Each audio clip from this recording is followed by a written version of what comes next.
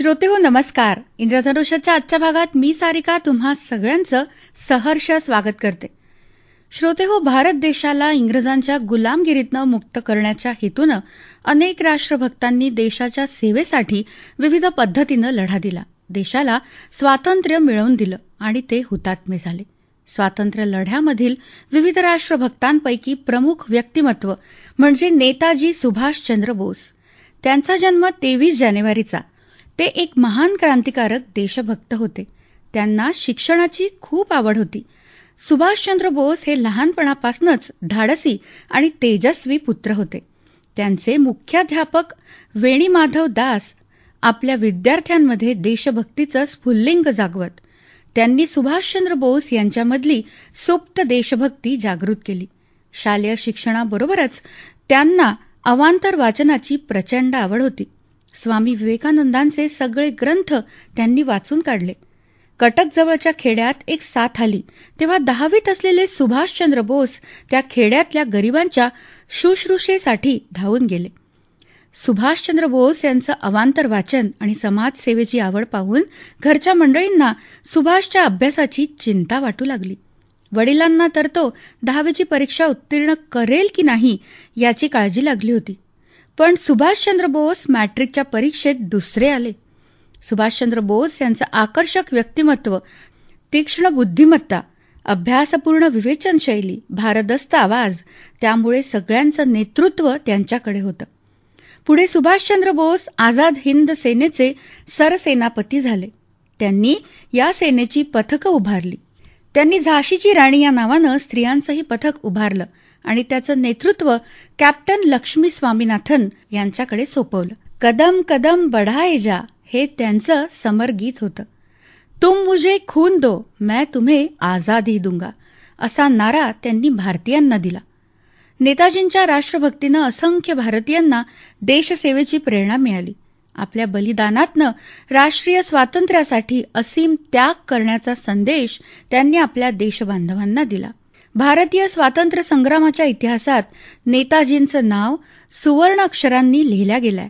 तेव्हा त्यांच्या जयंतीनिमित्त आपण त्यांना कोटी कोटी नमन करूया, नतमस्तक होऊया. श्रोतेहो, आजवर अनेक वर्षानुवर्षे आपण सगळे भारतवासी ज्या मंगल दिनाची, ज्या सुदिनाची प्रतीक्षा करत होतो, तो सुदिन उद्या म्हणजेच 22 जानेवारीला साकार होणार आहे. उद्या अयोध्येत रामराज्याचा जणू पुन्हा श्री गणेशा होणार आहे. भव्य आणि मनोहर अशा मंदिरात रामरायांच्या मूर्तीची प्राणप्रतिष्ठा होणार आहे. तेव्हा तुम्ही आम्ही सगळे मिळून या मंगल आणि ऐतिहासिक सोहळ्याचे साक्षीदार होऊया, आनंद साजरा करूया. श्रोतेहो, आता वेळ आहे कार्यक्रमाची. तीर्थक्षेत्र अयोध्या याविषयी अमर टोपले यांचं भाषण ऐकूया. श्रीरामचंद्र चरणौ मनसा स्मरामि, श्रीरामचंद्र चरणौ वचसा गृणामि, श्रीरामचंद्र चरणौ शिरसा नमामि, श्रीरामचंद्र चरणौ शरणं प्रपद्ये. अर्थात मी श्रीरामांच्या चरणांचे मनापासून स्मरण करतो, वाणीने गुणवर्णन करतो, शिरसाष्टांग नमस्कार करतो आणि प्रभू श्रीरामाला शरण जातो. समस्त श्रोत्यांना देखील माझा मनःपूर्वक नमस्कार. आज संपूर्ण भारतवर्षातील वातावरण राममय झाले आहे आणि त्याला कारणही तसेच आहे. 22 जानेवारी 2024ला अयोध्या येथे प्रभू श्री रामचंद्राच्या भव्य मंदिराचे लोकार्पण आपल्या देशाचे लाडके पंतप्रधान माननीय श्री नरेंद्र मोदीजी यांच्या शुभहस्ते होणार आहे. आणि हो, देश आणि विदेशातील विविध क्षेत्रातील मान्यवर, देशभरातील साधू संत महात्मे तसेच अनेक सेलिब्रिटीज देखील या सोहळ्याला उपस्थित राहणार आहेत. 2024च्या सुरुवातीलाच आपल्या भारतात होणाऱ्या या भव्य दिव्य सोहळ्याकडे संपूर्ण जगाचे लक्ष लागले आहे. तर मित्रांनो, नेमके काय राहील या सोहळ्याचे स्वरूप, तेथील मंदिर कसे राहील, कोणकोणत्या सोयी सुविधा त्या ठिकाणी पुरवल्या जातील, हे मंदिर नेमके अयोध्येतच का बांधले जात आहे, या आणि मंदिराशी संबंधित इतरही काही पैलूंवर आपण आज थोडक्यात माहिती करून घेणार आहोत. प्रभू श्रीरामाचे चरित्र आणि कार्य आपल्या सगळ्यांना माहितीच आहे. आद्य कवी महर्षी वाल्मिकींनी रामायणातून, गोस्वामी तुलसीदास यांनी रामचरितमानसमधून, तर टी व्हीवर गाजलेल्या रामायण या मालिकेतून वेळोवेळी प्रभू रामाचे कार्य जगासमोर मांडण्यात आले आहे. तर अशा भगवान श्रीरामाचा जन्म अयोध्या येथे झाला असल्याने अयोध्येचे भारताच्या लोकांसाठी प्रचंड आध्यात्मिक, ऐतिहासिक आणि सांस्कृतिक महत्त्व आहे. अयोध्या येथे इतरही अनेक वेगवेगळ्या मान्यता असलेली प्रसिद्ध धार्मिक स्थळे आणि मंदिरं आहेत. उत्तर भारतात शरयू नदीच्या काठावर वसलेले अयोध्या हे देशातील सर्वात प्राचीन धार्मिक स्थळ असून देशातील तसेच जगभरातील पर्यटकांचे लोकप्रिय पर्यटन स्थळांपैकी एक आहे. अयोध्येला पूर्वीच्या काळात साकेत, कोसल, अयोध्या अशा वेगवेगळ्या नावांनी संबोधले जायचे. फैजाबाद आणि अयोध्या ही जुळी शहरे म्हणजेच ट्विन सिटीज म्हणून ओळखली जातात. 1980च्या दशकात काही हिंदू संघटना आणि राजकीय पक्षांनी राम जन्मभूमी आंदोलनाद्वारे मंदिर बांधकामासाठी मोहीम सुरू केली आणि न्यायालयात देखील या प्रकरणी सुनावणी सुरू होती. अखेर दिनांक 9 नोव्हेंबर 2019ला माननीय सर्वोच्च न्यायालयाने राम जन्मभूमीवर श्रीरामाचे मंदिर बांधण्यास अधिकृत परवानगी दिली आणि त्यानुसार दिनांक 5 ऑगस्ट 2020ला अयोध्येमध्ये श्रीरामाच्या भव्य मंदिर बांधकामासाठी भारताचे पंतप्रधान माननीय श्री नरेंद्र मोदीजी यांच्या हस्ते भूमिपूजन करण्यात आले. तर अशा या भव्य दिव्य मंदिरात लाखो पर्यटक देश विदेशातून दर्शनासाठी येतील म्हणून प्रशासन सुद्धा कामी लागले. उत्तर रेल्वेच्या अंतर्गत येणाऱ्या अयोध्या जंक्शन या रेल्वे स्टेशनचे देखील नूतनीकरण करण्यात आले आहे. जागतिक स्तराच्या सोयी सुविधायुक्त रेल्वे स्टेशनचे अयोध्या धाम जंक्शन असे नवीन नामकरण सुद्धा करण्यात आले आहे. रेल्वेसोबतच इतरही वाहतूक व्यवस्था अद्ययावत करण्यात येत आहेत. याचाच भाग म्हणून महर्षी वाल्मिकी इंटरनॅशनल एअरपोर्ट अयोध्या धाम या नावाने आंतरराष्ट्रीय विमानसेवा अयोध्येसाठी सुरू करण्यात आली आहे. या दोन्ही सेवांचे लोकार्पण माननीय पंतप्रधान श्री नरेंद्र मोदीजी यांच्या हस्ते दिनांक 30 डिसेंबर 2023ला करण्यात आलेले आहे. आता आपण अतिविशाल अशा या मंदिर आणि तेथील परिसराबद्दल जाणून घेऊया. 70 एकराच्या विस्तीर्ण जागेवर परंपरागत नागर शैलीमध्ये निर्माण होणाऱ्या या मंदिराची लांबी 380 फूट तर रुंदी 250 फूट इतकी आहे. त्याची उंची 161 फूट इतकी आहे. या 70 एकर जमिनीपैकी 70% जमीन हरित क्षेत्र म्हणून राहील. तसेच यामध्ये सांडपाणी तथा जलशुद्धीकरण संयंत्र बसवली आहेत. मंदिर परिसर संपूर्णपणे आत्मनिर्भर राहील. या मंदिराचे बांधकाम 3 मजली राहणार असून 6 फुटाच्या दगडांनी या देवळाच्या भिंती बांधण्यात आल्या आहेत आणि मंदिराचा दरवाजा संगमरवरी असेल. प्रत्येक मजल्याची उंची 20 फूट राहील. तसेच मंदिरात एकूण 392 खांब, 44 द्वार आणि 5 कळस उभारण्यात आले आहेत. खांबांवर आणि भिंतींवर देवी देवतांच्या मूर्ती रेखाटल्या आहेत. मंदिराचा प्रवेश पूर्व दिशेने राहील आणि प्रवेशासाठी एकूण 32 पायऱ्या आहेत. तर दक्षिण दिशेने बाहेर पडण्याचा मार्ग करण्यात आला आहे. राम मंदिर हा स्थापत्यशास्त्राचा अद्भुत आविष्कार असेल. कृत्रिम दगडाच्या भक्कम विस्तृत पायावर उभारले जाणारे हे मंदिर 1000 वर्षे तर टिकेलच, पण 2500 वर्षानंतरही मंदिर उभे दिसेल. मंदिराच्या निर्माणात लोखंडाचा तसेच जमिनीच्या वरील बांधकामात कॉन्क्रीटचा कुठलाही वापर करण्यात आलेला नाही. हे मंदिर बांधण्यासाठी सुमारे 4000 कामगार, 65 अभियंते, 12 व्यवस्थापक आणि असंख्य कार्यकर्ते प्रत्यक्ष व अप्रत्यक्षरित्या अहोरात्र झटत आहेत. मंदिरात वृद्ध आणि दिव्यांग लोकांसाठी विशेष सोयी करण्यात आल्या असून त्या अंतर्गत लिफ्टची सोय तसेच व्हीलचेअरसाठी 2 रॅम्पची बांधणी केली गेली आहे. राम मंदिरात अष्टधातूंनी निर्माण केलेली 2400 किलोची वजनाची घंटा लावण्यात येणार आहे. ही घंटा तयार करण्यासाठी शेकडो कामगारांनी सहकार्य केले आहे. इतर मंदिरात बसवण्यात येणाऱ्या विशालकाय घंटा या 2-3 भाग जोडून तयार करण्यात येतात. मात्र राम मंदिरासाठी तयार करण्यात आलेली घंटा एकाच भागात तयार करण्यात आली असून ती अखंड आहे. या घंटेच्या खालच्या बाजूचा वर्तुळाकार घेरा 15 फूट एवढा आहे तर उंची 8 फूट उंच आहे. उत्तर प्रदेशातील जलेसर येथे या घंटेची निर्मिती झाली आहे. या मंदिरात 7 पितळी ध्वजदंड राहणार असून त्याचे वजन जवळपास 5500 किलोग्रॅम आहे. तर मित्रांनो, अशा प्रकारे राम मंदिराच्या भव्य बांधकामासोबतच अयोध्या शहराचा देखील मोठ्या प्रमाणात विकास होतोय. हजारो दर्शनार्थी रोज अयोध्येला येणार, यामुळे तेथील पायाभूत सुविधांचा देखील विकास करण्यात येत आहे. आणि अशा प्रकारे अयोध्या येथे रोजगाराच्या प्रचंड संधी नव्याने निर्माण होत आहेत. एकेकाळी रोजगार मिळवण्यासाठी बाहेर पडलेले अयोध्येतील नागरिक तसेच युवक आपल्याच गावात म्हणजे अयोध्येला परत येत आहेत, कारण आता सर्वांसाठी रोजगाराच्या नवनवीन संधी उपलब्ध होणार आहेत. लवकरच अयोध्या हे एक मोठे कमर्शियल आणि बिझनेस हब म्हणून नावारूपास येणार आहे. मित्रांनो, अयोध्येसोबतच नजीकच्या काळात उत्तर प्रदेशातील इतरही प्राचीन आणि प्रसिद्ध शहरांचा झपाट्याने विकास होताना आपण पाहतोय. त्यापैकीच एक म्हणजे काशी विश्वनाथाचे मंदिर असलेले शहर वाराणसी, म्हणजेच पूर्वाश्रमीचे बनारस. पवित्र गंगा नदीच्या पश्चिमी किनाऱ्यावर वसलेले हे शहर जगातील अतिप्राचीन शहरांपैकी एक आहे आणि भारतीय संस्कृतीमध्ये अनन्यसाधारण महत्त्व असलेल्या भगवान शंकराच्या 12 ज्योतिर्लिंगांपैकी एक ज्योतिर्लिंग काशी विश्वनाथ मंदिरात आहे. या मंदिराशिवाय काशी या हिंदूंच्या पवित्र तीर्थक्षेत्राला भाविक इतरही कारणांनी भेट देतात. त्यापैकी एक म्हणजे इथल्या पवित्र गंगा नदीमध्ये स्नान केल्याने स्त्री पुरुषांची सर्व पापे धुतली जातात अशी एक मान्यता आहे. म्हणून पवित्र गंगा नदीत स्नान करण्यास आणि मोक्ष मिळावा या हेतूने देखील बरेच भाविक काशी येथे येतात. वाराणसी येथे दूध दुभत्याचा सुकाळ असून तेथील विविध खाद्यपदार्थ देखील प्रसिद्ध आहेत.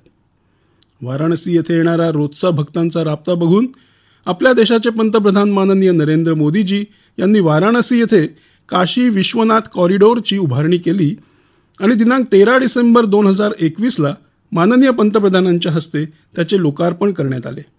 या प्रकल्पाअंतर्गत 23 भव्य इमारती, ज्यामध्ये यात्री सुविधा केंद्र, मुमुक्षू भवन, भोगशाळा, सिटी म्युझियम, दर्शक गॅलरी आणि फूड कोर्ट यासारख्या सोयी करण्यात आल्या आहेत. या कॉरिडॉरमुळे वाराणसी आणि त्याच्या आसपासच्या भागात जवळपास दररोज 50,000 ते 75,000 भाविक एकत्र येऊन मंदिर आणि इतर परिसराला केव्हाही भेट देऊ शकतात. वाराणसी येथे झालेल्या पायाभूत सुविधा आणि इतर कामांमुळे निश्चितच वाराणसी आणि त्याच्या आसपासचा भाग, जसे सारनाथ येथील भगवान गौतम बुद्धांचे प्रसिद्ध तीर्थक्षेत्र, या संपूर्ण भागात पर्यटनाला मोठ्या प्रमाणात चालना मिळणार आहे. उत्तर प्रदेशातील आणखी एक महत्त्वाचे शहर म्हणजे मथुरा. हिंदूंच्या मानलेल्या 7 धार्मिक स्थळांपैकी एक शहर, तसेच भगवान श्रीकृष्णाचे जन्मस्थळ म्हणून मथुरा प्रसिद्ध आहे. कृष्ण जन्माष्टमीला येथे दरवर्षी कृष्ण जन्म मोठ्या उत्साहात आणि थाटात साजरा करण्यात येतो.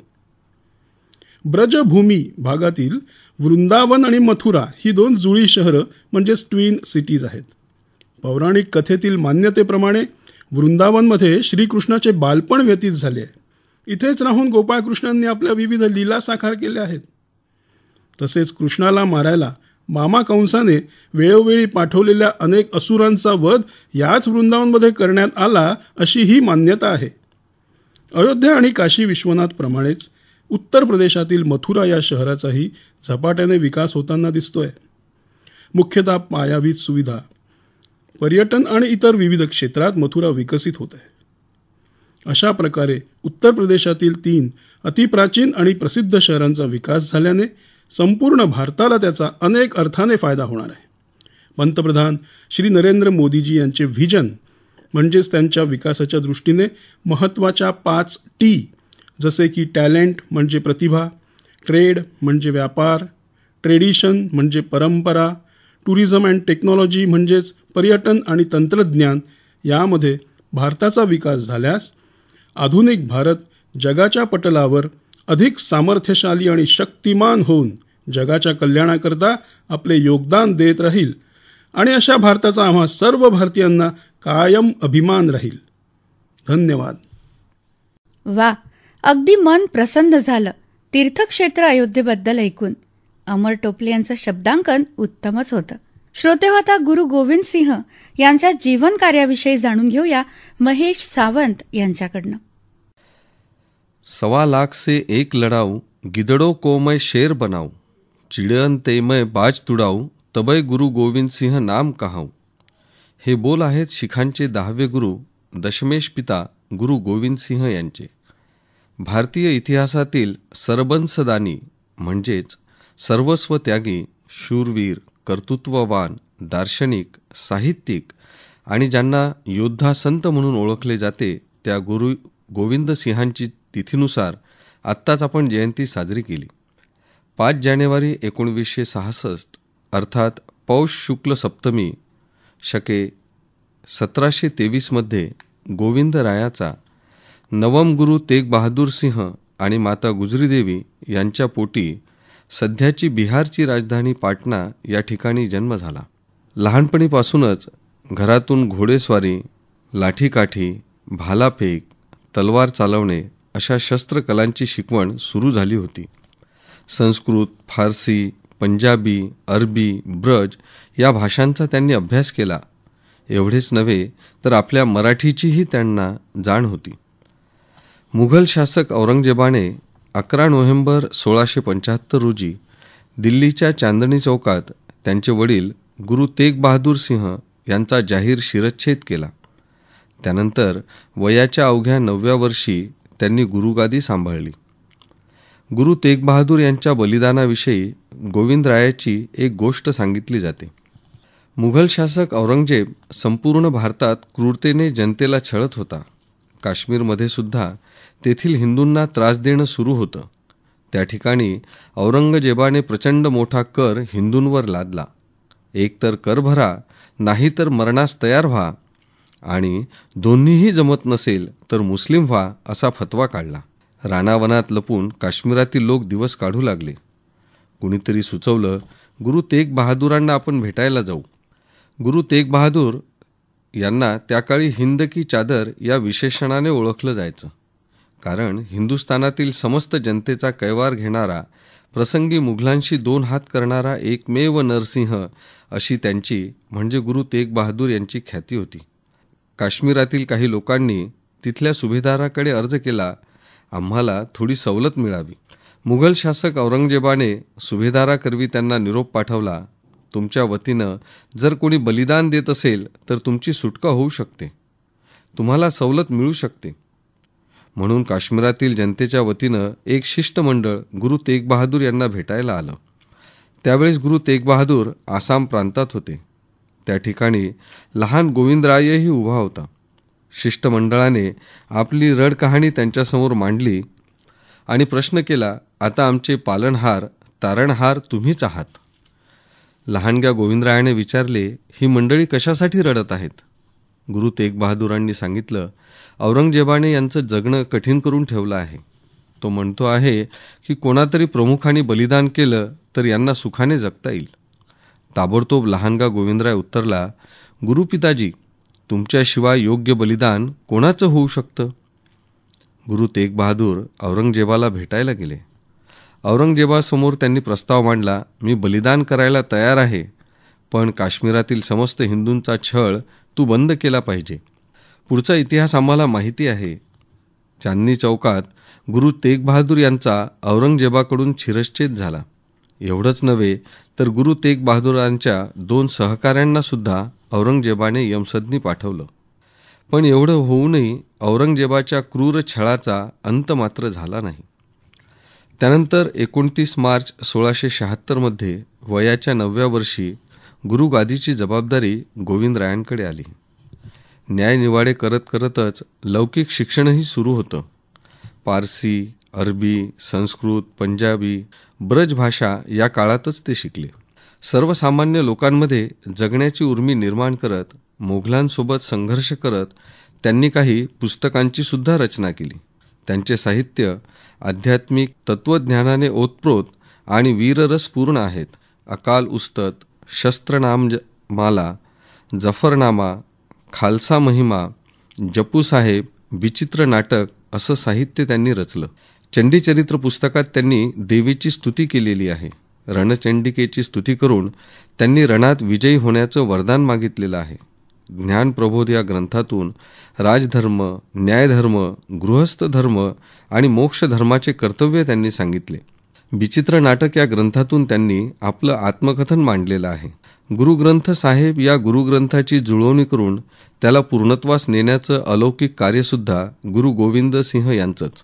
आधीच्या सर्व गुरूंची बाणी, संत कबीर, संत रविदास, संत सेना, संत नामदेव अशा थोर संतांच्या विचारांचा गुरु ग्रंथ साहिबमध्ये समावेश आहे.